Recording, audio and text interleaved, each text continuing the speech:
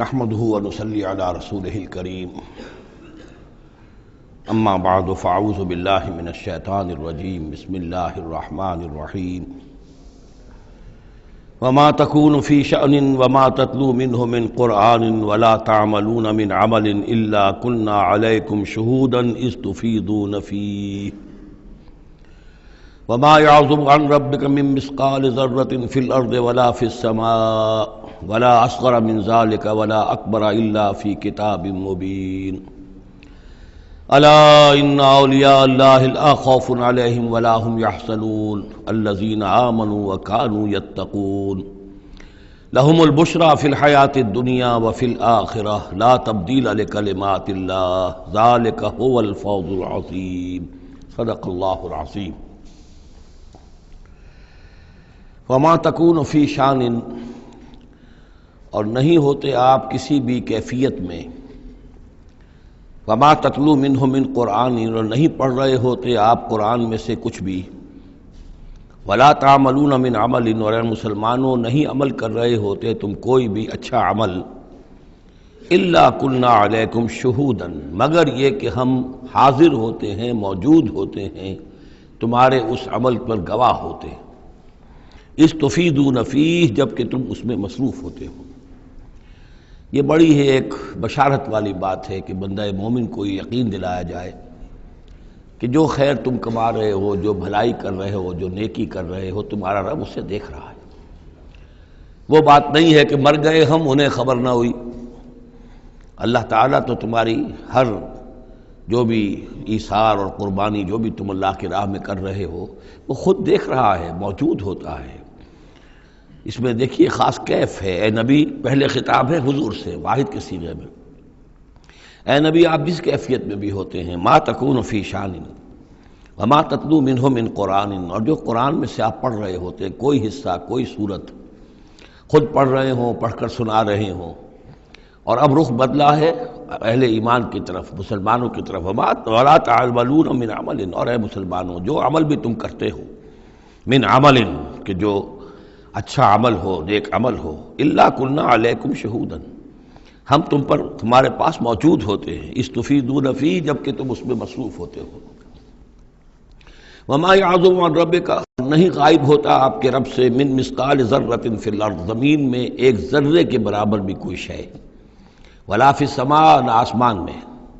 ولا اصغر من ذالک نہ ہی اس سے کم تر کوئی شے ہے، ولا اکبر نہ اس سے بڑی، الا فی کتاب مبین مگر یہ کہ وہ ایک روشن کتاب میں درج ہے۔ یہ روشن کتاب ہے اللہ تعالیٰ کا علم قدیم۔ الا ان اولیاء اللہ لا خوف علیہم ولا هم یحزنون، آگاہ ہو جاؤ اللہ کے دوستوں پر نہ کوئی خوف ہے نہ وہ حزن سے دوچار ہوں گے۔ یہ اولیاء اللہ کون ہیں؟ یہ کوئی علیحدہ سپیشیز نہیں ہے، علیحدہ نوع نہیں ہے، انسانوں ہی میں سے صاحب ایمان جو ایمان حقیقی سے بہرہ مند ہوں، جن کے دلوں میں یقین پیدا ہو چکا ہو، اور جو اللہ کے فضل و کرم سے مقام احسان پر فائز ہو چکے ہوں۔ ان تعبد اللہ کانک تراہ فإن لم تکن تراہ فإنہ یراک، اللہ ہے۔ اللہ ولی الذین آمنوا یخرجہم من الظلمات الی النور، یہ ہم سورہ بقرہ میں پڑھ آئے ہیں آیت الکرسی کے فوراً بعد۔ اللہ ولی ہے اہل ایمان کا، انہیں نکالتا ہے اندھیروں سے روشنی کی جانب، اور اہل ایمان ولی ہیں اللہ کے۔ الا ان اولیاء اللہ لا خوف علیہم ولا هم یحزنون، اللہ کے دوستوں پر، ساتھیوں پر۔ اب ظاہر بات ہے جو اللہ کا دوست ہوگا اس کے اندر اللہ کی غیرت ہوگی، وہ اللہ کے دین کو پامال دیکھ کر تڑپ اٹھے گا، اللہ کے شاعر کی بے حرمتی ہو رہی ہو وہ اس کو برداشت نہیں کر سکے گا، وہ تن من دھن لگا دے گا اللہ کے دین کو غالب کرنے کے لیے، وہ ہوگا اللہ کا ولی۔ یہ تو نہیں کہ صرف کوئی ایک لبادہ اوڑھ لیا ہو، ایک لباس جو ہے پہن لیا ہو اور صرف جو ہے خاص قسم کی شکل بنا لی ہو تو وہ اولیاء اللہ ہو جائیں گے۔ اولیاء اللہ تو وہ ہیں کہ جو واقعتاً اللہ کے ساتھ وہ تعلق رکھتے ہیں وفاداری کا، تو وہ ہیں اولیاء اللہ۔ اور یہ کون ہے اولیاء اللہ؟ اگلی آیت میں اس کی خود وضاحت کر دی، الذین آمنوا وکانوا یتقون۔ یہ کوئی نئی سپیشیز نہیں ہے، انسانوں میں کوئی علیحدہ قسم کے انسان نہیں ہے، وہی انسان کہ جو صاحب ایمان ہو اور تقوی کی روش اختیار کرے۔ اور وہ تقوی ہم پڑھ چکے ہیں اذا اتقوا وآمنوا وعملوا الصالحات ثم اتقوا وآمنوا ثم اتقوا واحسنوا واللہ یحب المحسنین، یہ سورہ مائدہ کے اندر آیت آ چکی ہے۔ یہ تقویٰ جو ہے درجہ بدرجہ اہل ایمان کو اور اونچے سے اونچے مدارج کی طرف لے جاتا ہے۔ لہم البشریٰ فی الحیات الدنیا، ان کے لیے دنیا کی زندگی میں بھی بشارتیں ہیں۔ یہ بشارت کس اعتبار سے ہے؟ جو ہم سورہ توبہ میں پڑھ چکے ہیں کہ حل تربصون بنا الا احدی الحسنیین، ہمارے لیے تو دو اچھائیوں کے سوا کسی تیسری چیز کا تصور ہی نہیں۔ بشارت ہی بشارت ہے۔ کوئی تکلیف بھی آئی ہے تو ہمارے رب کی طرف سے آئی ہے۔ لن یصیبنا الا ما کتب اللہ لنا ہوا مولانا، اس پہ گھبرانے کی کیا بات ہے؟ دوست کی طرف سے اگر کوئی شے آئی ہے اور پھر یہ کہ ہمیں پتہ ہے کہ اس میں ہمارا خیر ہے، اسی میں بھلائی ہے۔ ایک چیز ناگوار تو ہے، بچے کو انجیکشن لگا ہے تو رو تو رہا ہے وہ، لیکن معلوم ہے کہ اس کے والدین کو تو معلوم ہے کہ یہ اس کے علاج کے لیے ہمیں ٹیکہ لگوا رہے ہیں۔ تو تکلیف بھی دنیا میں اللہ کی طرف سے آتی ہے، بندہ مومن سمجھتا ہے یہ میرے حق میں خیر ہے، بھلائی ہے، میرے لیے تو خیر ہی خیر ہے، شر کا سوال ہی نہیں۔ لہم البشریٰ فی الحیات الدنیا وفی الآخرہ، اور آخرت میں بھی لا تبدیل لکلمات اللہ، اللہ کی باتوں کو کوئی بدل نہیں کر سکتا۔ ذالک هو الفوز العظیم، یہی بہت بڑی کامیابی ہے۔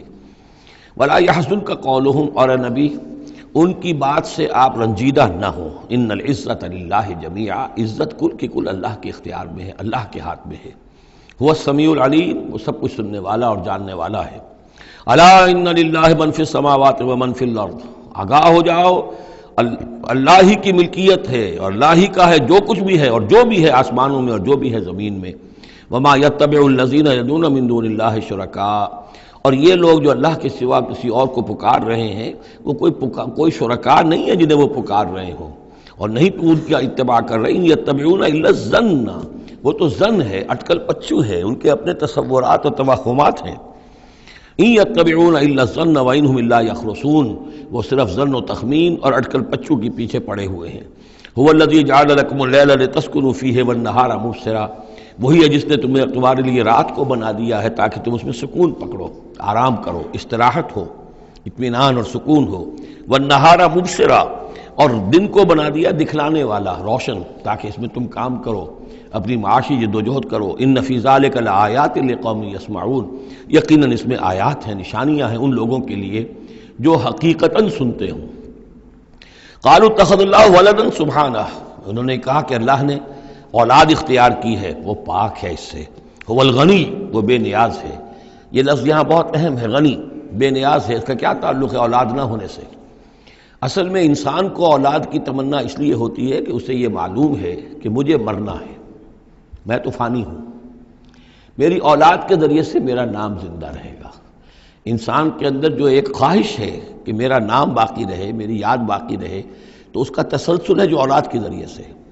اللہ تعالیٰ چونکہ فانی نہیں ہے، باقی ہے، اسے کسی اولاد کی احتیاج نہیں ہے، وہ ہمیشہ خود قائم رہنے والا ہے، اس لیے اس کی شان اس سے بہت بلند ہے کہ اسے اولاد کی حاجت ہو۔ هو الغنی، وہ تو اس سے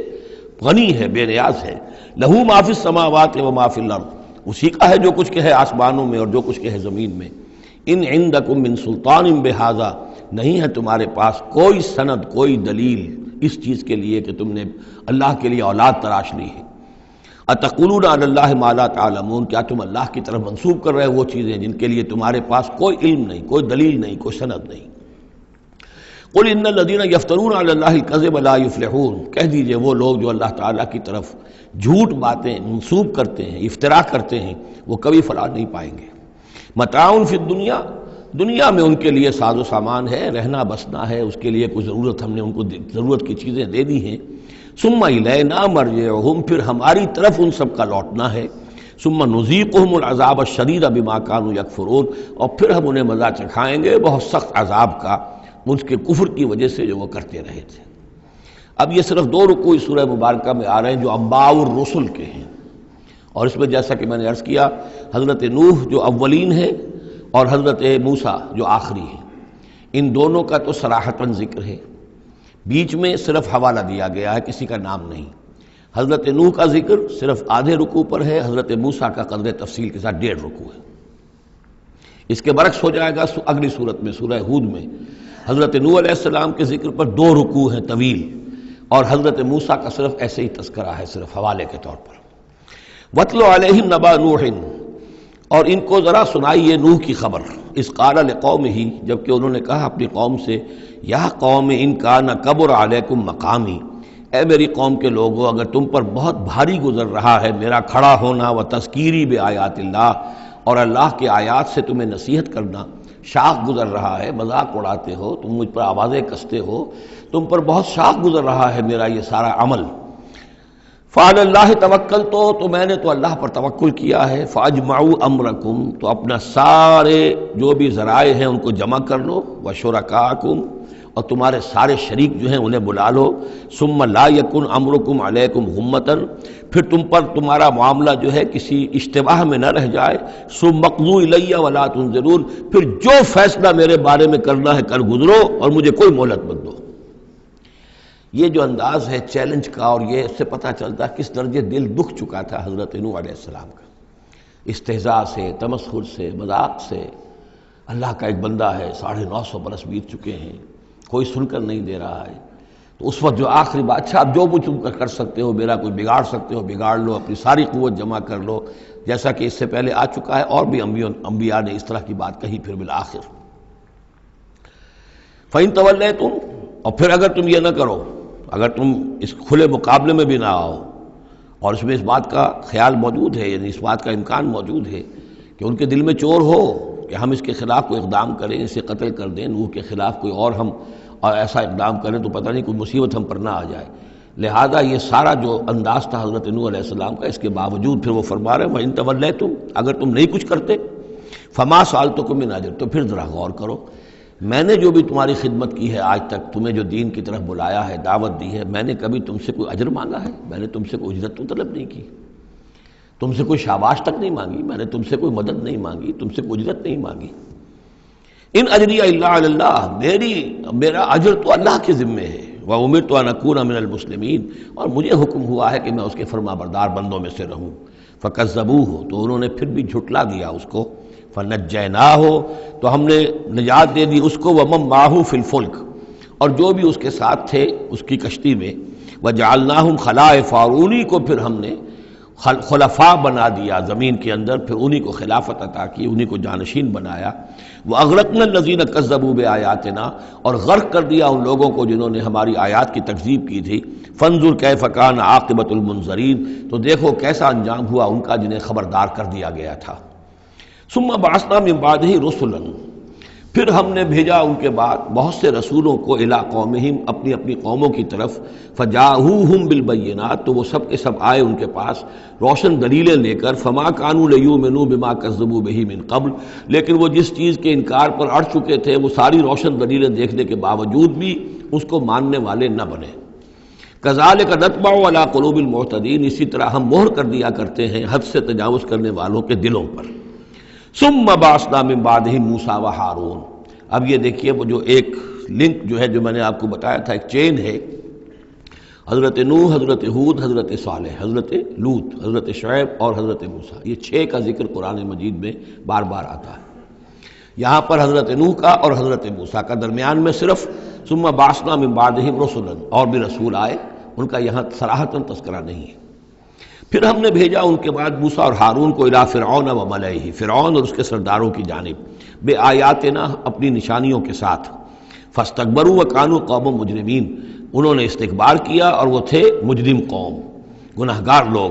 فلما جاءهم الحق من عندنا، تو جب ان کے پاس ہمارے پاس سے ان تک ہمارے پاس سے حق پہنچا، قالوا ان ھذا لسحر مبین، تو انہوں نے کہا یہ تو کھلا جادو ہے۔ قال موسیٰ تقولون للحق لما جاءکم، موسیٰ نے کہا ان سے کہ کیا تم حق کے لیے کہہ رہے ہو، یہ حق ہے جو تم پر آیا ہے اور جو تم تک پہنچا ہے، اسحر ھذا، کیا یہ جادو ہے؟ ولا یفلح الساحرون، اور ساحر تو کبھی فلاح نہیں پایا کرتے۔ قالوا اجئتنا لتلفتنا عما وجدنا علیہ آباءنا، انہوں نے کہا موسیٰ کیا تم ہمارے پاس آئے ہو کہ تم ہمیں پھیر دو ان چیزوں سے، ان طریقوں سے، ان رسوم سے، ان ریتوں سے، ان رواجوں سے کہ جس پر ہم نے پایا اپنے آباء و اجداد کو، وَتَكُونَ لَكُمُ الْكِبْرِيَاءُ فِي الْأَرْضِ، اور تم دونوں کے لیے ہی حکومت ہو جائے اور بلندی ہو جائے اور بڑائی ہو جائے زمین کے اندر۔ دونوں سے مراد حضرت موسیٰ اور حضرت ہارون علیہ السلام۔ وَمَا نَحْنُ لَكُمَا بِمُؤْمِنِينَ، اور ہم ہرگز تم دونوں کی بات ماننے والے نہیں ہیں۔ وقال فرعون ائتونی بکل ساحر علیم، اور فرعون نے کہا لے آؤ میرے پاس تمام جو ماہر اور جادوگر ہیں ان کو جمع کر لو۔ فلما جاء السحرۃ قال لهم موسیٰ القوا ما انتم ملقون، تو جب وہ جادوگر آ گئے تو موسیٰ نے ان سے فرمایا کہ ڈالو جو تم ڈالنے والے ہو۔ فلما القوا، جب انہوں نے ڈالا، قال موسیٰ ما جئتم به السحر، موسیٰ نے فرمایا یہ جو تم لائے ہو، جو تم نے پیدا کیا، یہ جادو ہے۔ ان اللہ سیبطلہ، ان قریب اللہ تعالیٰ اس کا باطل ہونا ثابت کر دے گا، اسے نسیہ منسیہ کر دے گا، ہباء منصورہ کر دے گا۔ ان اللہ لا یصلح عمل المفسدین، یقیناً اللہ تعالیٰ مفسدوں کے عمل کو راہ یاب نہیں کرتا، کامیاب نہیں کرتا۔ وَيُحِقُّ اللَّهُ الْحَقَّ بِكَلِمَاتِهِ، اور اللہ تعالیٰ تو حق کو حق ثابت کرتا ہے اپنے کلمات سے، وَلَوْ كَرِهَ الْمُجْرِمُونَ، خواہ یہ مجرموں کو کتنا ہی ناگوار ہو۔ فما آمن لموسیٰ الا ذریۃ من قومہ علی خوف من فرعون وملئہم ان یفتنہم، تو نہیں ایمان لائے موسیٰ پر مگر ان کے نوجوان اس کی قوم میں سے، کچھ نوجوان اس کی قوم میں سے، کچھ لڑکے، علی خوف من فرعون، فرعون کے خوف کی وجہ سے، وملئہم، اور ان کے اپنے سرداروں کے خوف کی وجہ سے، ان یفتنہم، کہ وہ ان کو مصیبت میں اور تکلیف میں مبتلا کریں گے۔ یہ بہت اہم ہے جو آیت ہے، اس کو سمجھ لیجئے کہ وہاں جو صورتحال تھی کہ یہ جو قبطی قوم تھی جو اس وقت وہاں پر حکمران ہے آل فرعون،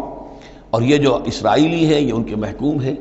لیکن محکوم قوموں میں سے بھی اکثر ایسے لوگ ہوتے تھے اور ہمیشہ ہوئے ہیں کہ حکمران قوم ان میں اپنے ایجنٹ بنا لیتے ہیں، ان میں سے کچھ لوگوں کو خطابات دے دیتے ہیں، جیسے ہمارے یہاں خان بہادر اور خان صاحب، اور یہ جو خطابات دے دے کے انگریزوں نے مسلمانوں میں اور ہندوؤں میں وہ اپنے ایجنٹ اور اپنے وفادار لوگوں کا ایک جتھا بنا لیا تھا۔ یہ لوگ ہوتے تھے تو ہندوستانی، لیکن ہر اعتبار سے برطانیہ کے خیر خواہ اور حکومت کے وفادار، اس کے لیے فوج کے لیے بھرتی کرانے میں تیز ہیں۔ تو اس طرح کے لوگ جو تھے اسرائیلی قوم میں بھی ایسے چودھری لوگ موجود تھے کہ جن کو کچھ دربار میں رسائی حاصل تھی، جن کو کچھ رسوخ حاصل تھا، اور وہ گویا کہ آل فرعون کے ایجنٹ بنے ہوئے تھے خود اپنی قوم کے اندر۔ یہ ہے وہ معاملہ کہ وہ ڈرتے تھے وہ لوگ، اگر ہم موسیٰ پر ایمان لے آئے تو یہ ہماری اپنی قوم کے جو چودھری لوگ ہیں، یہ خان صاحب اور جو یہ خان بہادر لوگ جو ہیں، یہ پھر ہمیں ستائیں گے، یہ ہماری رپورٹیں کریں گے اور ہماری جو ہے ان رپورٹوں کے اوپر گوشمالی ہوگی۔ فما آمن، لیکن یہ کہ بہرحال نوجوان خون ایسا ہوتا ہے کہ اس کے اندر پھر زیادہ مصلحت بینی نہیں ہوتی۔ جو ذرا ادھیڑ عمر کے لوگ ہوں وہ زیادہ مصلحت بین ہو جاتے ہیں، ان کی خواہ میں اتنی طاقت بھی نہیں ہوتی، خون میں اتنا جوش بھی نہیں رہتا، تو نوجوان جو ہے وہ تو رزق لیتا ہے۔ تو یہ سارا پورا فلسفہ جو اس ایک آیت میں موجود ہے۔ فما آمن لموسیٰ الا ذریۃ من قومہ، خود اس کی قوم میں سے بھی، سب کے سب حضرت موسیٰ کو نبی ماننے والے نہیں تھے، نہیں مانی بات موسیٰ کی ان کی قوم میں سے بھی مگر کچھ نوجوانوں نے، کچھ نوجوان، کچھ لڑکوں نے، علی خوف من فرعون، فرعون کے خوف کی وجہ سے، وہ ملئہم، اور ان کے اپنے سرداروں کے خوف کی وجہ سے، ان یفتنہم، کہ وہ انہیں پرسیکیوٹ کریں گے، ان کو فتنے میں مبتلا کریں گے۔ وَإِنَّ فِرْعَوْنَ لَعَالٍ فِي الْأَرْضِ، اسی طرح کا ایک شخص قارون تھا۔ قارون جو ہے وہ قوم موسیٰ سے تھا، اسرائیلی تھا، لیکن یہ کہ سرکار دربار میں رسائی تھی، وفادار تھا حکومت کا، اسی کی وجہ سے بڑے بڑے ٹھیکے ملتے تھے، جیسے ہمارے ہاں ٹھیکیدار ہوتے تھے بڑے بڑے لوگ،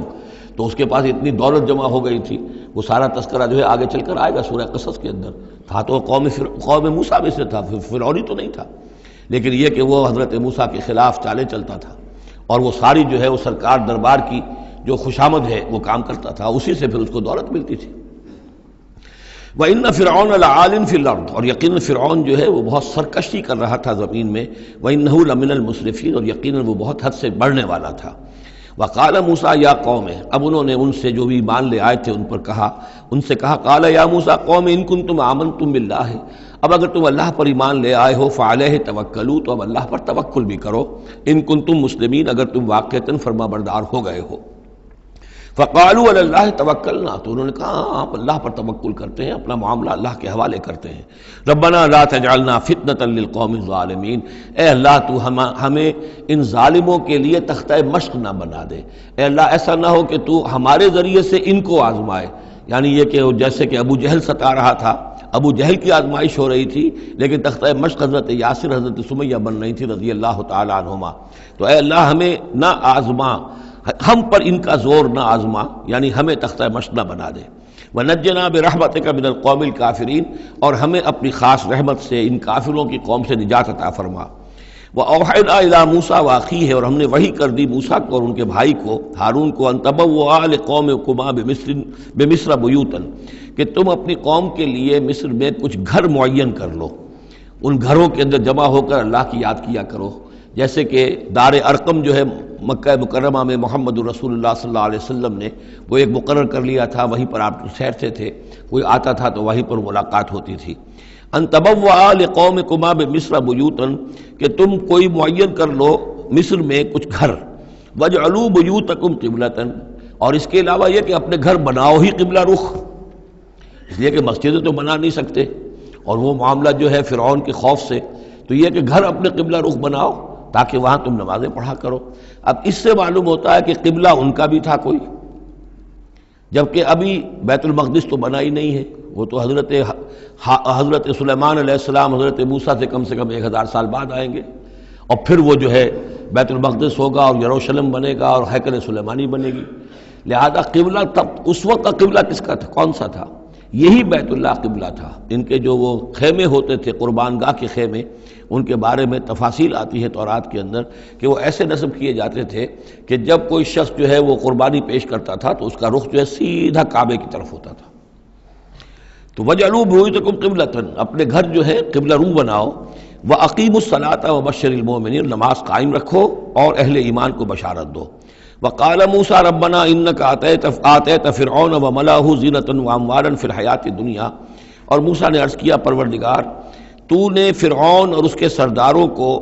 زینت چمک دمک عطا کر دی ہے اور اموال عطا کر دی ہیں دنیا کی زندگی میں، ربنا لیضلوا عن سبیلک،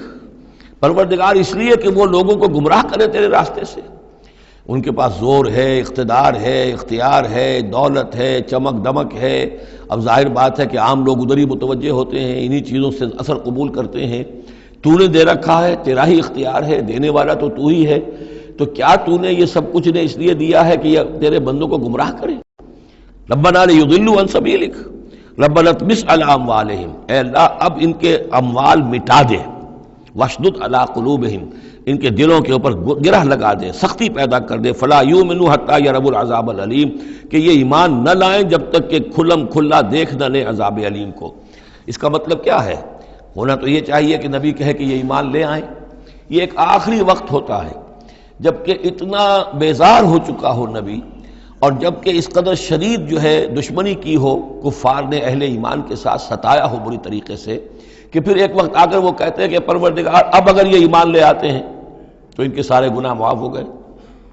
ایمان کا مطلب تو یہ ہے کہ سارا کیا دھرا اب تک جو کچھ تھا انہوں نے وہ سب ان کو معاف ہو جائے گا، کوئی پکڑ نہیں ہوگی۔ تو پروردگار اب یہ جس حد کو پہنچ گئے ہیں ان کے دلوں کو سخت کر دے، یعنی ان کے دلوں پر مہر کر دے، اب یہ ایمان نہ لائیں جب تک کہ عذاب عریاں طور پر ان کے سامنے نہ آ جائے۔ جب عذاب آ جائے گا پھر ایمان لانے کا فائدہ کوئی نہیں، اس کے بعد تو جو ہے وہ ایمان معتبر نہیں ہے اللہ کے ہاں۔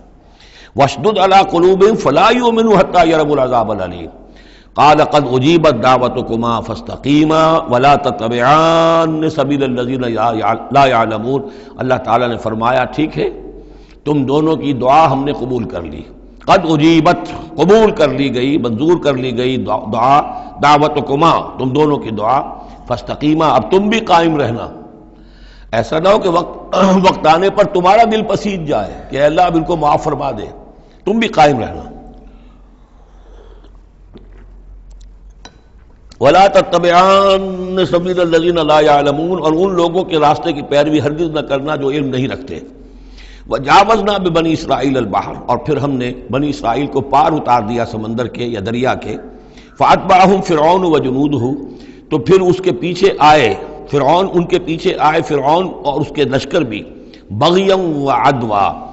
شرارت کے ساتھ اور زیادتی کے ساتھ، حتیٰ اذا ادرکہ الغرق، یہاں تک کہ جب وہ غرق ہونے لگا، پا لیا اسے غرق نے، یعنی فرعون جو ہے غرق ہونے لگا، قال آمنت انہ لا الہ الا الذی آمنت بہ بنو اسرائیل، اس نے کہا میں ایمان لایا اس پر کہ کوئی خدا نہیں ہے، کوئی الہ نہیں ہے سوائے اس کے کہ جس پر بنی اسرائیل ایمان لائے ہیں، وانا من المسلمین، اور میں اس کے فرما برداروں میں سے ہوں۔ الآن، کیا اب ایمان لا رہے ہو؟ وقد عصیت قبل، حالانکہ اس سے پہلے تم نافرمانی کرتا رہا، وَكُنْتَ مِنَ الْمُفْسِدِينَ، اور تو نہایت فساد کرنے والوں میں سے تھا۔ فَالْيَوْمَ نُنَجِّيكَ بِبَدَنِكَ، تو اب آج ہم تمہارے بدن کو نجات دے دیں گے، یہ گلے سڑے گا نہیں، محفوظ رہے گا۔ لِتَكُونَ لِمَنْ خَلْفَكَ آیَةً، تاکہ تو اپنے بعد والوں کے لیے ایک نشانی بنا رہے۔ اس کی فرعون کی لاش جو ہے مل گئی تھی، صرف یہ کہ ناک پر سے کہیں سے کسی مچھلی نے کچھ کاٹا تھا، وہ صرف باقی ہے کہ پوری فرعون کی وہ لاش جو ہے محفوظ ہے۔ لِتَكُونَ لِمَنْ خَلْفَكَ آیَةً وَإِنَّ كَثِيرًا مِنَ النَّاسِ عَنْ آیَاتِنَا لَغَافِلُونَ، اور یقیناً بہت سے لوگ ہماری آیات سے غفلت ہی برتتے رہتے ہیں۔ وَلَقَدْ بَوَّأْنَا بَنِي إِسْرَائِيلَ مُبَوَّأَ صِدْقٍ، اور ہم نے بنی اسرائیل کو بہت ہی عمدہ جگہ فراہم کر دی۔ وَرَزَقْنَاهُم مِّنَ الطَّيِّبَاتِ، اور انہیں روزی دی بہت ہی اچھی پاکیزہ چیزوں کی۔ فَمَا اخْتَلَفُوا، تو انہوں نے نہیں اختلاف کیا، حتیٰ جاءہم العلم، یہاں تک کہ علم ان کے پاس آ گیا۔ ان ربک یقضی بینہم یوم القیامہ، یقیناً آپ کا رب فیصلہ کرے گا ان کے مابین قیامت کے دن، فیما کانوا فیہ یختلفون، جن چیزوں میں کہ وہ اختلاف کرتے رہے تھے۔ فإن كنت فی شک مما انزلنا الیک، پھر اگر تمہیں کوئی شک ہے اس چیز کے بارے میں کہ جو آپ پر نازل کی ہے ہم نے، بظاہر خطاب حضور سے ہے صلی اللہ علیہ وسلم، لیکن ظاہر بات ہے کہ حضور کے لیے کوئی امکان نہیں کہ آپ کو کوئی شک ہوتا، یہ بظاہر خطاب حضور سے ہے، لیکن یہ حقیقتاً خطاب ہو رہا ہے اہل مکہ سے، کہ اگر تمہیں کوئی شک ہے اس چیز کے بارے میں جو محمد پر نازل ہوئی۔ لیکن یہ کہ بسا اوقات ایسا ہوتا ہے کہ جن سے کوئی بات کہنی ہوتی ہے اس سے اس قدر نفرت ہو چکی ہو کہ براہ راست انہیں خطاب کرنا بھی انسان کو پسند نہ ہو، تو پھر وہ کسی اور کو خطاب کر کے وہ بات کہتا ہے جو سنانی کسی اور کو ہوتی ہے۔ اگر تمہیں شک ہے اس چیز کے بارے میں کہ جو ہم نے اپنے اس بندے محمد پر نازل کی ہے صلی اللہ علیہ وسلم، فاسأل الذین یقرؤون الکتاب من قبلک، تو پھر پوچھ لیجئے ان لوگوں سے کہ جن کو کتاب دی گئی تھی آپ سے پہلے۔ لقد جاءک الحق من ربک، اے نبی آپ کے پاس حق آیا ہے آپ کے رب کی طرف سے، فلا تکونن من الممترین، تو ہرگز نہ ہو جائیں آپ شک کرنے والوں میں۔ پھر نوٹ کر لیجئے میرے نزدیک یہاں بظاہر خطاب حضور سے ہے، اصل میں روح سخن جو ہے وہ مشرکین عرب سے ہے۔ ولا تکونن من الذین کذبوا بآیات اللہ، اور بت بن جانا ہرگز ان لوگوں میں سے جنہوں نے اللہ کی آیات کو جھٹلایا، فتکون من الخاسرین، تو ہو جاؤ گے خسارہ پانے والوں میں سے۔ ان الذین حقت علیہم کلمۃ ربک لا یؤمنون، یقیناً جن لوگوں کے اوپر کہ تیرے رب کی بات واقع ہو چکی ہے، ثابت ہو چکی ہے، جو قانون خداوندی کی زد میں آ چکے ہیں، جو ضد اور ہٹ درمی کی وجہ سے اپنے دلوں پہ مہر کروا چکے ہیں، وہ ایمان نہیں لائیں گے۔ لا یؤمنون ولو جاءتہم کل آیۃ، چاہے کتنی ہی آیتیں آ جائیں، کتنی ہی نشانیاں آ جائیں، حتیٰ یروا العذاب العلیم، وہ ایمان نہیں لائیں گے جب تک کہ اپنی آنکھوں سے عذاب علیم کو دیکھ نہ لیں۔ جیسے کہ فرعون کا معاملہ ہوا کہ جب غرق ہونے لگا تب ایمان لایا۔ فلولا کانت قریۃ آمنت فنفعها ایمانها، تو کیوں نہ ہوئی کوئی بستی کہ جو ایمان لاتی اور اسے اس کے ایمان نے نفع پہنچایا ہوتا، الا قوم یونس، سوائے ایک قوم یونس کے۔ حضرت یونس علیہ السلام کو بھیجا گیا تھا نینوا کی طرف، وہاں انہوں نے دعوت دی، معاملہ وہی ہوا جو تمام رسولوں کے ساتھ ہوا ہے، قوم نے انکار کیا، سرکشی پر اڑے رہے، پھر یہ خبر دے کر اور چلے گئے کہ اب 3 دن کے اندر اندر تم پر عذاب آ جائے گا۔ محسوس ایسا ہوتا ہے کہ انہیں اجازت اللہ کی طرف سے جانے کی نہیں آئی تھی۔ رسول کا معاملہ ایسا ہوتا ہے کہ وہ اپنی جگہ کو چھوڑ کر نہیں جا سکتا جب تک کہ اللہ کی طرف سے ایکسپریس پرمیشن نہ ہو، واضح اجازت۔ جیسے ہمارے ایگزیکٹو آفیسرز ہوتے ہیں، ڈی سی ہے تو ضلع کو چھوڑ کے نہیں جا سکتا وہ بغیر اجازت کے، اس لیے کہ ظاہر بات ہے وہاں کے امن و امان کا سارے ذمہ داری اس کی ہے۔ تو نبی کا معاملہ مختلف ہے، رسول کا مختلف ہے۔ رسول کو جب کسی جگہ پر، کسی قوم کی طرف، کسی علاقے کی طرف بھیج دیا گیا، اب چاہے کچھ بھی ہو، جب تک کہ وہاں پر سے اجازت نہ آئے کہ اس قوم کو چھوڑ کر تم جا سکتے ہو، رسول نہیں جا سکتا۔ چنانچہ آپ کو معلوم ہوتا ہے کہ جب سیرت میں آپ پڑھتے ہیں ہجرت کے واقعات، تو حضرت ابوبکر جو ہیں، حضور نے عام مسلمانوں کو اجازت دے دی تھی چلے جاؤ مدینے، لیکن خود انتظار میں تھے کہ اللہ کی طرف سے خصوصی اجازت آ جائے۔ حضرت ابوبکر پوچھتے رہتے تھے، اونٹنیاں تیار کی ہوئی تھیں، لیکن جب تک وہ اجازت نہیں آئی آپ وہاں سے روانہ نہیں ہوئے۔ تو ایسا محسوس ہوتا ہے کہ حمیت دین میں کچھ بہت زیادہ جوش آیا حضرت یونس علیہ السلام کے۔ بہرحال حمیت دینی اور اللہ کی غیرت جو ہے وہ اچھی شے ہے، لیکن وہ جوش کے اندر بس صرف یہ ان سے نظر انداز ہو گیا معاملہ کہ اپنی اللہ تعالیٰ کی طرف سے واضح اجازت آئے بغیر اپنی قوم کو چھوڑ کر چلے گئے۔ اس کا نتیجہ یہ نکلا کہ جب عذاب کے آثار شروع ہوئے اور قوم نے دیکھا کہ جو بات کہی تھی یونس نے وہ تو صحیح نکل رہی ہے، لہذا وہ پوری قوم نے توبہ کی، گڑ گڑائے، اپنے سب بچوں کو عورتوں کو لے کر باہر نکل آئے، مال مویشی سامان لے کر گڑ گڑا کر اللہ سے توبہ کی، تو اللہ نے ان کی توبہ کو قبول کر لیا۔ حالانکہ عذاب کے آثار شروع ہونے کے بعد توبہ قبول نہیں ہوتی، لیکن ایک استثناء ہے، چونکہ جو رسول بھیجے گئے تھے ان رسول کی طرف سے ذرا جلدی ہو گئی اور اجازت کے بغیر وہ اپنی قوم کو چھوڑ کر چلے گئے، لہذا اس جو بھی ڈیبٹ ہوا ہے رسول کے کھاتے میں اس کا کریڈٹ ہو گیا ہے اس قوم کو، اور اس کے لیے ایک استثناء قائم ہو گئی ہے پوری تاریخ کے اندر کہ وہ عذاب کے آثار آنے کے باوجود پھر انہوں نے توبہ کی اور اللہ نے ان کی توبہ کچھ عرصے کے لیے قبول کر لی، عذاب کو ٹال دیا۔ فلولا كانت قرية آمنت فنفعها ایمانها الا قوم یونس، تو کیوں نہ ہوئی کوئی بستی کو جو ایمان لے آتی، یعنی عذاب کے آثار شروع ہونے کے بعد، اور پھر اسے اس کا ایمان لانا مفید ہوتا، سوائے قوم یونس کے۔ لما آمنوا، جب وہ ایمان لے آئی قوم، کشفنا عنہم عذاب الخزي فی الحیات الدنیا، ہم نے کھول دیا ان سے، ہٹا دیا ان سے دنیا کی زندگی میں وہ رسوا کن عذاب، ومتعناہم الی حین، اور ایک وقت معین کے لیے ہم نے انہیں اور مہلت دے دی، ایک فریش لیز آف ایگزسٹنس ان کو عطا کر دیا۔ وَلَوْ شَاءَ رَبُّكَ لَآمَنَ مَنْ فِي الْأَرْضِ كُلُّهُمْ جَمِيعًا، اور اگر آپ کا رب چاہتا ہے نبی صلی اللہ علیہ وسلم تو جو بھی زمین میں ہے سب کے سب ایمان لے آتے۔ یہ باتیں سورہ انعام میں بہت یعنی شد و مد کے ساتھ آ چکی ہیں، وہ ذروہ سلام ہے اس موضوع کا کہ آپ کے دل میں کتنی بھی خواہش ہو کہ یہ سب لوگ ایمان لے آئیں، لیکن یہ کہ اللہ تعالیٰ نے تو ضابطہ رکھا ہوا، جو طالب حق ہوگا اسے حق ملے گا، جو طالب ہدایت ہوگا اسے ہدایت ملے گی، جو ضد پر، ہٹ درمی پر، تعصب پر اور کسی ضد میں آ گیا ہے اسے اللہ تعالیٰ ہدایت نہیں دے گا۔ اگر جبراً اللہ نے ہدایت دینی ہوتی تو دنیا میں کوئی بھی کافر نہ ہوتا، سب کے سب مومن ہوتے، متقی ہوتے۔ آخر اللہ کے فرشتے کتنے ہیں؟ سب مومن ہیں، متقی ہیں، پاک ہیں، صاف ہیں، کہیں کوئی غلطی نہیں، معصیت نہیں، کہیں لا یعصون اللہ ما امرہم ویفعلون ما یؤمرون، وہ جو بھی کچھ انہیں حکم ہوتا ہے بجا لاتے ہیں اللہ تعالیٰ کے احکام، کسی حکم کی نافرمانی نہیں کرتے۔ انسانوں کو پیدا کیا ہے امتحان کے لیے، خلق الموت والحیات لیبلوکم ایکم احسن عملا، لہذا آپ اس معاملے میں بس اپنا فرض ادا کریں، باقی کون ایمان لا رہا ہے کون نہیں لا رہا وہ معاملہ ہم سے متعلق ہے۔ وَلَوْ شَاءَ رَبُّكَ لَآمَنَ مَنْ فِي الْأَرْضِ كُلُّهُمْ جَمِيعًا، اگر اللہ چاہتا، آپ کا رب چاہتا تو یقیناً زمین میں جو ہے سب کے سب ایمان لے آتے۔ أَفَأَنْتَ تُكْرِهُ النَّاسَ حَتَّى يَكُونُوا مُؤْمِنِينَ، تو کیا آپ لوگوں کو مجبور کر دیں گے کہ وہ ضرور ایمان لے آئیں؟ یعنی آپ اپنے آپ کو بھی ہلکان کر رہے ہیں، آپ نے دن رات ایک کیا ہوا ہے، آپ ہر وقت اس جد و جہد میں ہیں، پھر آپ کو یہ بھی اندیشہ رہتا ہے کہ کہیں میری طرف سے کوئی کوتاہی تو نہیں ہو رہی ہے، جیسے کہ سورہ اعراف کے اندر فَلَا تَكُنْ فِي صَدْرِكَ حَرَجٌ،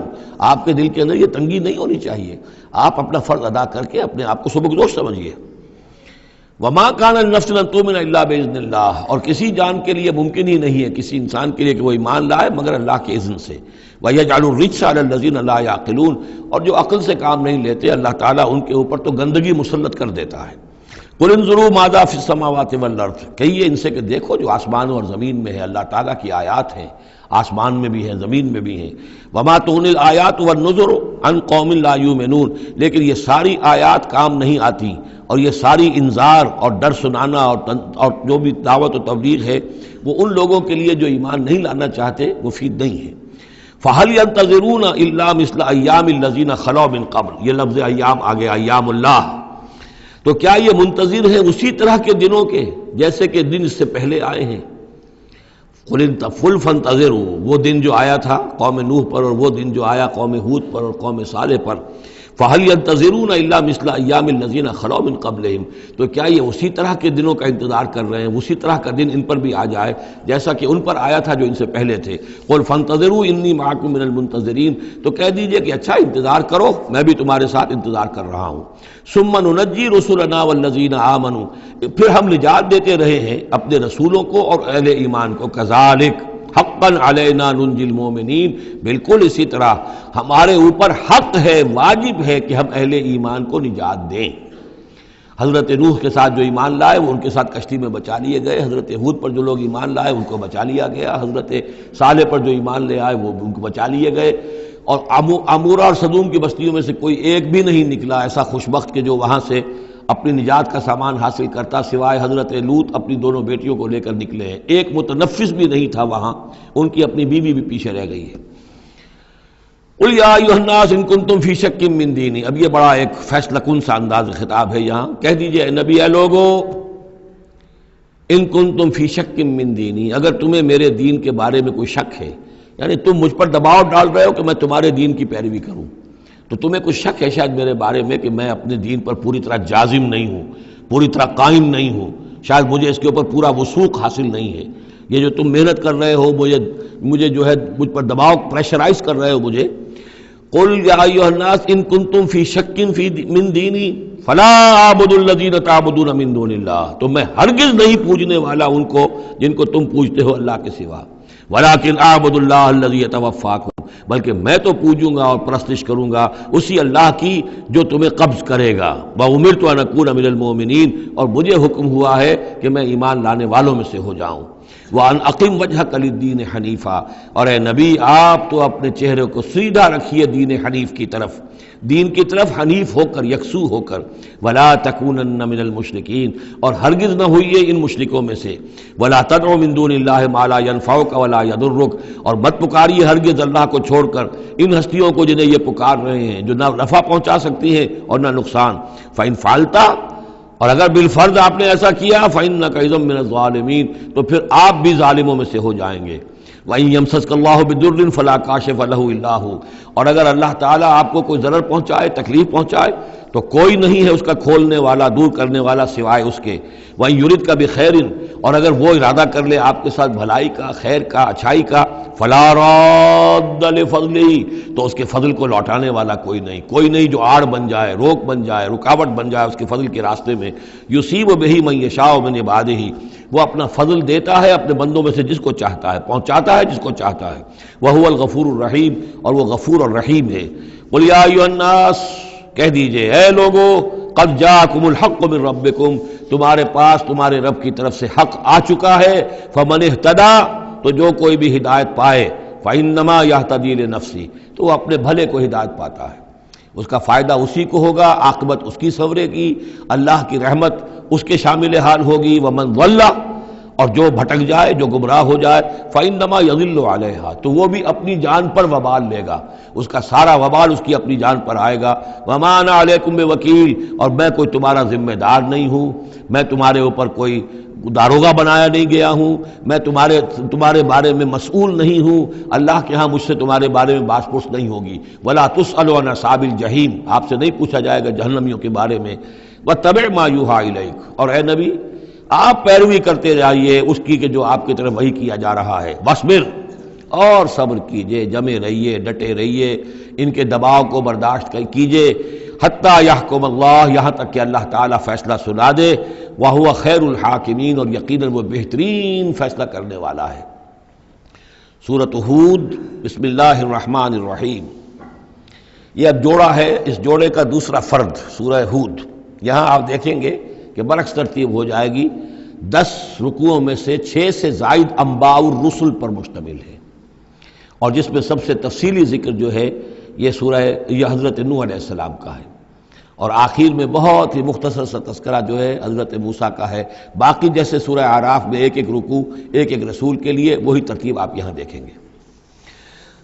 بسم اللہ الرحمن الرحیم، الف لام را، کتاب احکمت آیاتہ ثم فصلت من لدن حکیم خبیر۔ الف لام را، یہ وہ کتاب ہے جس کی آیات پختہ کی گئی ہیں، مضبوط کی گئی ہیں، پھر ان کی تفصیل کی گئی ہے، انہیں کھولا گیا ہے اس ہستی کی طرف سے جو حکیم اور خبیر ہے، جو کمال حکمت والا اور باخبر ہے۔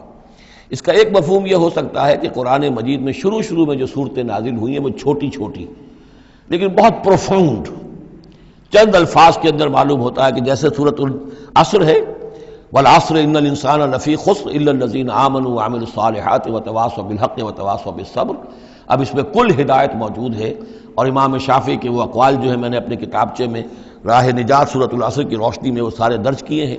کہ لو لم ینزل من القرآن سواها لکفت الناس، اگر صرف یہ سورۃ العصر نازل ہوتی قرآن میں سے اور کچھ نہ نازل ہوتا تو بھی ہدایت کے لیے کافی تھی، اور لو تدبر الناس هذه السورۃ لوسعتهم، اگر لوگ صرف اس صورت پر تدبر کریں، غور کریں، تو یہ ان کی ہدایت کے لیے کافی ہو جائے گی۔ تو ابتدائی صورتیں اور آیتیں بڑی محکم، لیکن اس کے بعد تفصیل انہی کی بیان ہوئی ہے۔ اللہ تعبدوا الا اللہ، یہ کتاب کس پیغام کے ساتھ آئی ہے؟ نہ پوجو کسی کو سوائے اللہ کے، اننی لکم منہ نذیر و بشیر، یقیناً میں ہوں تمہارے لیے اس کی جانب سے خبردار کرنے والا اور بشارت دینے والا۔ یہ دو الفاظ بار بار آ رہے ہیں، بشیر اور نذیر، نذیر اور بشیر۔ وما نرسل المرسلین الا مبشرین ومنذرین، رسلا مبشرین ومنذرین لئلا یکون للناس علی اللہ حجۃ بعد الرسل وکان اللہ عزیزا حکیما۔ وان استغفروا ربکم، اور یہ کہ اپنے رب سے استغفار کرو، معافی چاہو، ثم توبوا الیہ، اور پھر اس کی جناب میں رجوع کرو، اس کی طرف بڑھو۔ یمتعکم متاعا حسنا، وہ تمہیں ساز و سامان دے گا دنیا کی زندگی میں بھی اچھا فائدہ، الی اجل مسمی، ایک وقت معین تک کے لیے، دنیا میں بھی تمہارے لیے حسنہ ہوگا۔ وَيُؤْتِ كُلَّ ذِي فَضْلٍ فَضْلَهُ، اور ہر صاحب فضل کو اس کے حصے کا فضل عطا کرے گا۔ یہاں جو ہے ذی فضل سے مراد ہے مستحق فضل، جو بھی فضل کا مستحق ہے اسے اللہ تعالیٰ اس کا فضل عطا کرے گا۔ وَإِن تَوَلَّوْا، اور اگر وہ پیٹھ موڑ، اگر تم پھر جاؤ گے، فَإِنِّي أَخَافُ عَلَيْكُمْ عَذَابَ يَوْمٍ كَبِيرٍ، تو پھر مجھے اندیشہ ہے کہ تم پر بہت بڑے دن کا ایک عذاب آئے گا۔ الی اللہ مرجعکم، تمہاری طرف اللہ ہی کی طرف تمہیں لوٹ جانا ہے، وہو علی کل شیء قدیر، اور وہ ہر چیز پر قادر ہے۔ الا انہم یثنون صدورہم لیستخفوا منہ، آگاہ ہو جاؤ یہ لوگ اپنے سینوں کو دوہرا کرتے ہیں تاکہ اس سے چھپ سکیں۔ یہ مشکلات القرآن میں سے، اس کے بارے میں بہت سے اقوال ہیں۔ ایک رائے جو ہے کہ جو بخاری میں حضرت ابن عباس کا جو قول آیا ہے وہ یہ ہے کہ کچھ اہل ایمان کے اوپر حیا کا اتنا غلبہ تھا، جیسے حضرت عثمان رضی اللہ تعالیٰ عنہ، کہ وہ کبھی غسل بھی کرنا ہوتا تھا، اس وقت بھی عریاں ہونا انہیں پسند نہیں تھا، تو وہ اس طریقے سے جھک جاتے تھے کہ گویا کہ سطر پھر بھی جو ہے وہ چھپا رہے، اور اگر کہیں قضاء حاجت ہے یا کوئی اور، اس وقت بھی وہ پورا سطر کا اہتمام کرتے تھے۔ تو یہ فرمایا جا رہا ہے کہ تم کتنا ہی کر لو، ظاہر بات ہے کہ اللہ تعالیٰ کی نگاہوں کے تو تم سامنے ہو،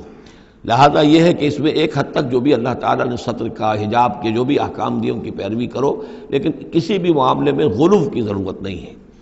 الا انہم یثنون، باقی اور طرح سے بھی اس آیت کی جو ہے وہ تشریح کی گئی ہے۔ الا انہم یثنون صدورہم لیستخفوا منہ، آگاہ ہو جاؤ وہ اپنے سینوں کو دوہرا کرتے ہیں کہ اس سے چھپ سکیں اللہ سے۔ الا حین یستغشون ثیابہم، حین یستغشون ثیابہم، آگاہ ہو جاؤ کہ جب وہ اپنے اوپر اپنے کپڑے بھی اوڑھے ہوئے ہوتے ہیں، یہ تو یہ کہ اس وقت جو ہے وہ اپنے سینوں کو دوہرا کر رہے ہیں، جب کپڑے لپیٹے ہوتے ہیں، یعلم ما یسرون وما یعلنون، اس وقت بھی اللہ جانتا ہے جو کچھ وہ چھپا رہے ہوتے ہیں اور جو کچھ وہ ظاہر کر رہے ہوتے ہیں۔ انہ علیم بذات الصدور، وہ تو جو کچھ سینوں کے اندر ہے اس کو بھی جانتا ہے۔ وما من دابۃ فی الارض الا علی اللہ رزقها، اور نہیں ہے کوئی بھی چلنے والی چیز، کوئی حیوان، کوئی چوپایا، کوئی چرند، کوئی پرند، زمین پر جتنے بھی حیوانات ہیں اللہ نے بنائے ہیں، لیکن یہ کہ ان کا رزق اللہ کے ذمے ہے۔ یعنی اللہ تعالیٰ نے جو نظام بنایا اس دنیا کا، اس میں ہر شے کے لیے اس کا رزق فراہم کیا ہے۔ جو جاندار بنایا اس کے لیے جو غذا ہے، جو ضروری چیزیں وہ پہلے سے فراہم کر دی ہے۔ بچے کی پیدائش بعد میں ہوتی ہے اور ماں کی چھاتیوں میں دودھ پہلے پیدا ہو جاتا ہے،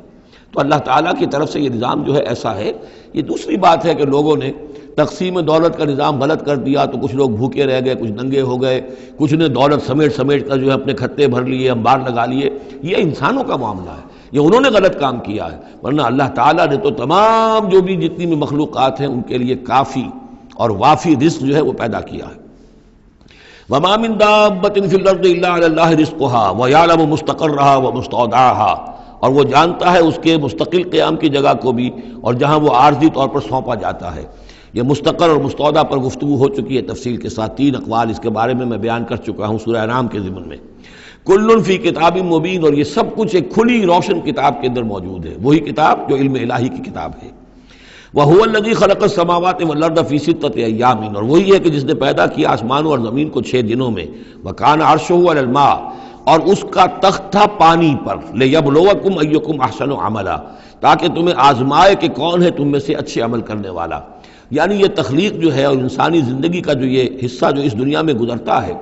اس کا جو اصل مقصد ہے وہ ہے امتحان۔ قلزم ہستی سے تو ابھرا ہے مانند حباب، اس زیاں خانے میں تیرا امتحان ہے زندگی۔ باقی یہ کہ کان عرشہ علی الماء، اس کا تخت پانی پر تھا، اس کے معنی کیا ہیں؟ میرے نزدیک اب بھی یہ آیات متشابہات میں سے ہے، لیکن ایک انداز ایسا ہے کہ جس سے محسوس ہوتا ہے کہ شاید وہ اس کی طرف اشارہ کیا جا رہا ہو کہ یہ دنیا جب بنی ہے، یہ زمین جب ٹھنڈی ہونے لگی ہے تو ٹھنڈی ہو کر اس کے بخارات نکلے ہیں، اور وہ اس کے گرد جو فضا بنی ہے ایٹماسفیئر، اس کے اندر یہ گیسز گئی ہیں، ان گیسز کے اندر جو ہے ہائیڈروجن اور آکسیجن کے ذریعے سے پھر پانی پیدا ہوا ہے، اور طویل عرصے تک بارشیں ہوتی رہیں، طویل عرصے تک، لاکھوں سال یہ کہتے ہیں کہ بارش ہوئی ہے۔ اور چونکہ جب زمین سکڑی ہے تو کہیں سے وہ اونچی ہو گئی، کہیں سے نیچی ہو گئی، سکڑتی ہے کوئی شے تو اس کے اندر نشیب و فراز پیدا ہو جاتے ہیں، تو بارش جب برسی ہے تو پھر یہ کہ سمندر وجود میں آئے ہیں۔ ابھی کوئی اور مخلوقات نہیں تھی، صرف یہ کہ اس زمین کے اوپر یا یہ کہ وہ پہاڑ تھے اور یا پانی تھا، بلکہ یہ کہ اکثر و بیشتر پانی ہی پانی تھا۔ پھر یہ کہ پانی اور جہاں پر مٹی پیدا ہوئی اور دلدلی علاقے بنے، اور دلدلی علاقوں کے اندر پھر وہ کچھ حیات جو ہے اس کی شکلیں پیدا ہوئی، چاہے وہ نباتاتی حیات تھی اور چاہے وہ حیواناتی حیات تھی۔ تو وہ جو ایک دور ہے جب کہ ابھی مخلوقات، اس زمینی مخلوقات کے اندر ابھی کوئی شے نہیں آئی تھی، کوئی حیوانات نہیں، کوئی سمندر کے کوئی جانور نہیں، کوئی زمین کے اوپر خشکی کے جانور نہیں، تو اس وقت جو ہے گویا کہ اللہ تعالیٰ کا جو تخت حکومت ہے اس زمین کی حد تک وہ پانی کے اوپر تھا۔ واللہ اعلم۔ وَلَئِن قُلْتَ، اور اگر آپ کہیں گے انکم مبعوثون، کہ تمہیں اٹھا لیا جائے گا من بعد الموت، موت کے بعد، لَيَقُولَنَّ، تو کہیں گے وہ لوگ الذین کفروا، جنہوں نے کفر کیا، ان ھذا الا سحر مبین، نہیں یہ تو کھلا جادو ہے۔ وَإِنْ أَخَّرْنَا عَنْهُمُ الْعَذَابَ إِلَىٰ أُمَّةٍ مَّعْدُودَةٍ، اور اگر ہم مؤخر کیے رکھیں ان سے اپنے عذاب کو ایک خاص مدت تک کے لیے، معین مدت تک کے لیے، لَيَقُولُنَّ مَا يَحْبِسُهُ، تو وہ کہتے ہیں کس چیز نے روک رکھا ہے، وہ جہاز کہاں نظر انداز ہو کے آتا کیوں نہیں؟ محمد بہت سال ہو گئے تمہیں کہتے ہوئے جہاز آئے گا اور وہ عذاب آئے گا، وہ کہاں ہے؟ ما یحبسو، کس سے نے اس کو روکا ہے؟ الا یوم یاتیہم لیس مصروفا عنہم، آگاہ ہو جاؤ جس دن وہ ان پر آئے گا پھر وہ ان کی طرف سے پھیرا نہیں جا سکے گا۔ وحاق بہم ما کانوا بہ یستہزئون، اور ان کو گھیرے میں لے لیں گی وہ تمام چیزیں جن کا یہ استہزاء اور تمسخر کیا کرتے تھے۔ وَلَئِنْ أَذَقْنَا الْإِنسَانَ مِنَّا رَحْمَةً، اور اگر ہم مزہ چکھاتے ہیں انسان کو اپنی طرف سے رحمت کا،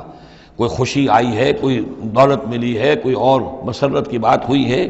ثُمَّ نَزَعْنَا مِنْهُ، پھر جب ہم اس سے وہ چھین لیتے ہیں، لے لیتے ہیں، سلب کر لیتے ہیں، إِنَّهُ لَيَئُوسٌ كَفُورٌ، تو وہ ہو جاتا بالکل مایوس، نہایت ناشکرہ، بھول جاتا ہے کبھی اللہ کی نعمت بھی تھی، کبھی اللہ کی نگاہ کرم بھی مجھ پر تھی، ٹھیک ہے آج مجھ پر سختی آ گئی ہے تو سختی نرمی آتی رہتی ہے، اللہ تعالیٰ کی طرف سے ہے، اگر نرمی بھی تھی تو اللہ کی طرف سے، اور سختی بھی آئی ہے تو اللہ کی طرف سے، اس پر شکر چاہیے تھا، اس پر صبر چاہیے، لیکن نہیں، انسان جو ہے لیئوس کفور، انتہائی مایوس اور نہایت ناشکرہ، ہم پر تو کبھی اللہ کی کوئی نظر کرم ہوئی نہیں۔ وَلَئِنْ أَذَقْنَاهُ نَعْمَاءَ بَعْدَ ضَرَّاءَ مَسَّتْهُ، اور اگر ہم مزہ چکھائیں اسے نعمتوں کا اس کے بعد کہ کوئی تکلیف اس کو پہنچی ہوئی تھی، لَيَقُولَنَّ ذَهَبَ السَّيِّئَاتُ عَنِّي، تو وہ کہے گا بس جی میرے دل اندر دور ہو گئے، ساری برائیاں اب تو، ساری مصیبتیں ختم ہو گئیں۔ إِنَّهُ لَفَرِحٌ فَخُورٌ، اب وہ فرح اور فخور بن جاتا ہے، وہ یعنی اتراتا ہے، فخر کرتا ہے اور کہتا ہے یہ میں نے محنت کی، میں نے کوشش کی، میں نے تدبیر کی، دیکھا میں نے یہ شکل کی تھی جس کی وجہ سے کہ میری کاروبار جو بالکل ختم ہو رہا تھا، ڈوب رہا تھا، وہ ٹھیک ہو گیا۔ یعنی یہ کہ ہر حال میں اللہ سے دور، یہ نہیں جانتا کہ جو بھی معاملہ آیا تھا وہ اللہ کی طرف سے ہے، خیر ہو یا شر ہو وہ اللہ کی طرف سے ہے، اس سے ناواقف۔ الا الذین صبروا، سوائے ان کے کہ جو صبر کی روش اختیار کریں، یہ سب کی بات نہیں ہے، جن کو اللہ نے ایمان دیا ہو اور ایمان کے نتیجے میں صبر پیدا ہوا ہو، الا الذین صبروا وعملوا الصالحات، اور انہوں نے نیک اعمال کیے ہوں، اولئک لہم مغفرۃ واجر کبیر، ان کے لیے مغفرت ہے اور بہت بڑا اجر ہے۔ فلعلک تارک بعض ما یوحی الیک، تو اے نبی شاید کہ آپ کچھ چیزیں چھوڑ دیں اس میں سے جو آپ کی طرف وحی کی جا رہی ہے، وضائق بہ صدرک، اور آپ کا سینہ اس سے بھج رہا ہے، تنگ ہو رہا ہے،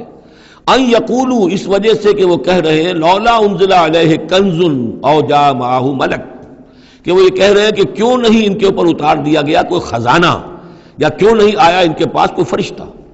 معہ ان کے ساتھ کوئی فرشتہ آتا۔ وہی بات جو سورہ انعام میں آ چکی ہے، اس کا ذروہ سلام اس مضمون کا سورہ انعام میں آ چکا ہے، لیکن ان تمام صورتوں کے اندر بھی یہ چیزیں موجود ہیں۔ یہ دونوں گروپ جو ہے مکی صورتوں کے، جن میں سے ایک میں وہ 2 صورتیں ہیں جو ہم پڑھ چکے، انعام، اعراف،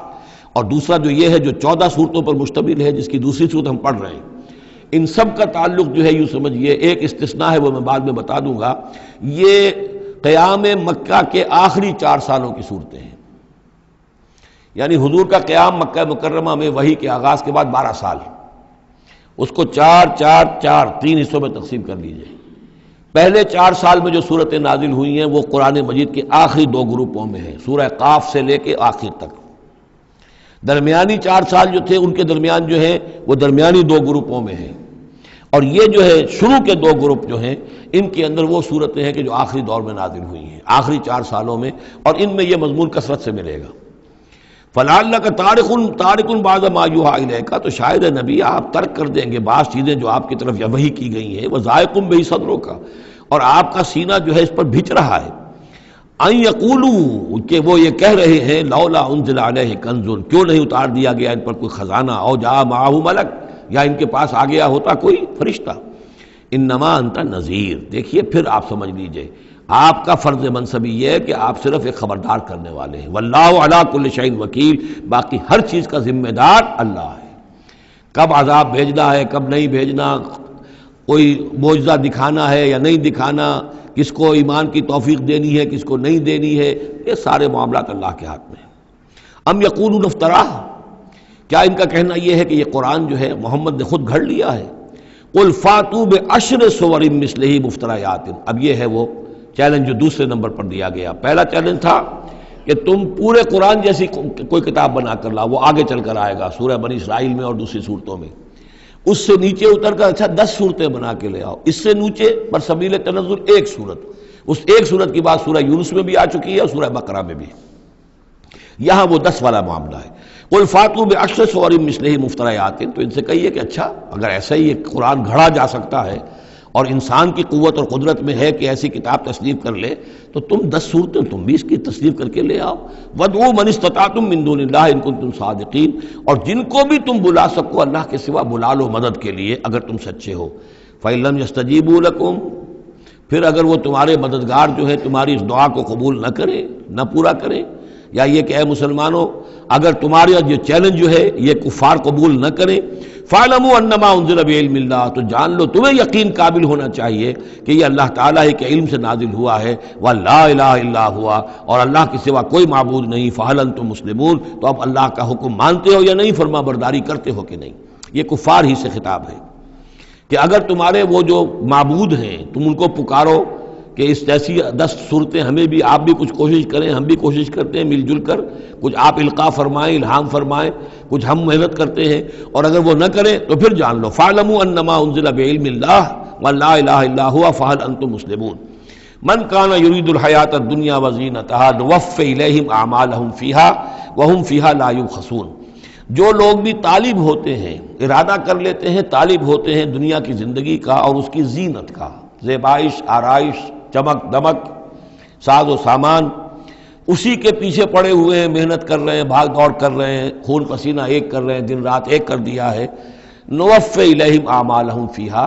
ہم اسی دنیا کی زندگی میں ان کے اعمال کا پورا پورا بدلہ دے دیتے ہیں۔ ٹھیک ہے محنت کر رہے ہو بھائی، تمہاری بلڈنگ بھی بڑی اونچی بن گئی ہے اور تمہاری کار بھی بہت اعلیٰ ہے اور تمہارا کاروبار بھی خوب چمک گیا ہے، تم نے چونکہ یہی چاہا، یہی اسی کے لیے محنت کی، اسی کے لیے بھاگ دوڑ کی، تو اللہ تعالیٰ وَهُمْ فِيهَا لَا يُبْخَسُونَ، اس میں اللہ تعالیٰ ان کے ساتھ کوئی بخل نہیں کرتا، اور ان کی جو محنت ہے اس کا جو بدلہ ہے انہیں اس دنیا میں۔ لیکن اولئک الذین لیس لہم فی الآخرۃ الا النار، لیکن پھر یہ وہ لوگ ہیں جن کے لیے آخرت میں کچھ نہیں ہے سوائے آگ کے، ساری محنت بھاگ دوڑ دھوپ یہاں کے لیے تھی، یہاں ہم نے تمہیں دے دیا۔ اولئک الذین لیس لہم فی الآخرۃ الا النار وحبط ما صنعوا فیہا، اور جو کچھ انہوں نے اس دنیا میں کیا ہوگا وہ تو حبط ہو جائے گا، وباطل ما کانوا یعملون، اور جو کوئی جھوٹی سچی نیکی کی ہوگی اپنے دل کو دھوکہ دینے کے لیے وہ بھی بے بنیاد تھی، اس کی کوئی حیثیت نہیں تھی۔ افمن کان علی بینۃ من ربہ، تو بھلا وہ شخص کہ جو اپنے رب کی طرف سے بینہ پر تھا، اور یہاں بینہ سے مراد ہے فطرت سلیمہ، جس کے بارے میں کئی بار عرض کر چکا، فطرت سلیمہ، انسان کے اندر جو روح ربانی پھونکی گئی ہے اس کی وجہ سے وہ جو فطرت ہے اس کے اندر وہ سارے حقائق موجود ہیں، کہ جو حقائق جن کو اجاگر کرنے کے لیے پھر یہ وحی آئی ہے، اور اس ڈورمنٹ کانشسنس کو ایکٹیویٹ کرنے کے لیے۔ تو جس شخص کی وہ فطرت سلیم ہے، قائم ہے، بینہ ہے، روشن ہے، پاک ہے، وَيَتْلُوهُ شَاهِدٌ مِّنْهُ، اور پھر اس کے پیچھے آتا ہے اس کے لیے گواہ، یعنی ایک شخص ہے جس کی فطرت سلیم تھی، حضور صلی اللہ علیہ وسلم ہے، سلیم فطرت، نیک فطرت، عقل سلیم، اور پھر وحی بھی آ گئی، وحی نے گواہی دے دی، گویا کہ دو چیزیں مل گئی، نور علی نور، یہ تمثیل جو ہے سورہ نور میں جا کر مکمل طور پہ سامنے آئے گی۔ افمن کان علی بینۃ من ربہ ویتلوہ شاہد منہ ومن قبلہ کتاب موسیٰ اماما ورحمہ، اور پھر اس کے علاوہ اس سے پہلے کتاب موسیٰ موجود ہے جو امام بھی تھی، رہنمائی کرنے والی، اور رحمت بھی تھی۔ یعنی تیسری جو دوسری تصدیق ہو رہی ہے وہ تورات سے ہو رہی ہے۔ تو فطرت محمدی صلی اللہ علیہ وسلم وہ بینہ، وہ روشن خالص، پھر وہی جو آپ پر آ گئی نور علی نور، اور نمبر 3 تورات جو ہے اس کی تصدیق کر رہی ہے، یہ گویا کہ اور اضافی چیز۔ اولئک یؤمنون بہ، یہی لوگ ہیں کہ جو اس پر ایمان لائیں گے۔ ومن یکفر بہ من الاحزاب، اور جو اس کا انکار کریں گے، کفر کریں گے اس کتاب کا، من الاحزاب، ان تمام گروہوں میں سے، فرقوں میں سے، چاہے وہ مشرکین مکہ ہوں اور چاہے وہ اہل کتاب ہوں، فالنار موعدہ، تو پھر آگ ہی ان کے وعدے کی جگہ ہے۔ فلا تک فی مریۃ منہ، تو اے نبی آپ ان کے بارے میں کسی شک و شبے میں نہ رہیں۔ انہ الحق من ربک، یقیناً یہ حق ہے آپ کے رب کی طرف سے، ولکن اکثر الناس لا یؤمنون، لیکن اکثر لوگ ایمان لانے والے نہیں ہیں۔ ومن اظلم ممن افترى علی اللہ کذبا، اور کون زیادہ ظالم ہوگا، اس سے بڑھ کر ظالم ہوگا اس سے کہ جس نے اللہ پر جھوٹ باندھا، گھڑ کر کوئی چیز اللہ کی طرف منسوب کر دی۔ اولئک یعرضون علی ربہم، یہ وہ لوگ ہیں کہ جو پیش کیے جائیں گے اپنے رب کے سامنے۔ ویقول الاشہاد، اور لوگ کہیں گے، گواہی دینے والے کہیں گے، ہؤلاء الذین کذبوا علی ربہم، یہ وہ لوگ ہیں جنہوں نے جھوٹ کہا تھا اپنے رب پر۔ غلام احمد قادیانی کو کھڑا کیا جائے گا، یہ ہے وہ شخص کہ جس نے جھوٹ اپنی جو ہے باتیں منسوب کی ہیں اللہ کی طرف، جس نے بھی جھوٹی نبوت کا دعویٰ کیا۔ ہؤلاء الذین کذبوا علی ربہم، انہوں نے جھوٹ بولا اللہ پر اور تہمت باندھی اللہ پر کہ مجھ پر وہی بھیجی ہے۔ الا لعنۃ اللہ علی الظالمین، آگاہ ہو جاؤ ایسے ظالموں پر اللہ کی لعنت ہے۔ الذین یصدون عن سبیل اللہ، جو اللہ کے راستے سے روکتے ہیں، وَيَبْغُونَهَا عِوَجًا، اور اس میں کجیاں نکالتے ہیں، ڈھونڈتے ہیں، مین میخ نکالتے ہیں تاکہ لوگ جو ہے اس راستے کو اختیار نہ کریں۔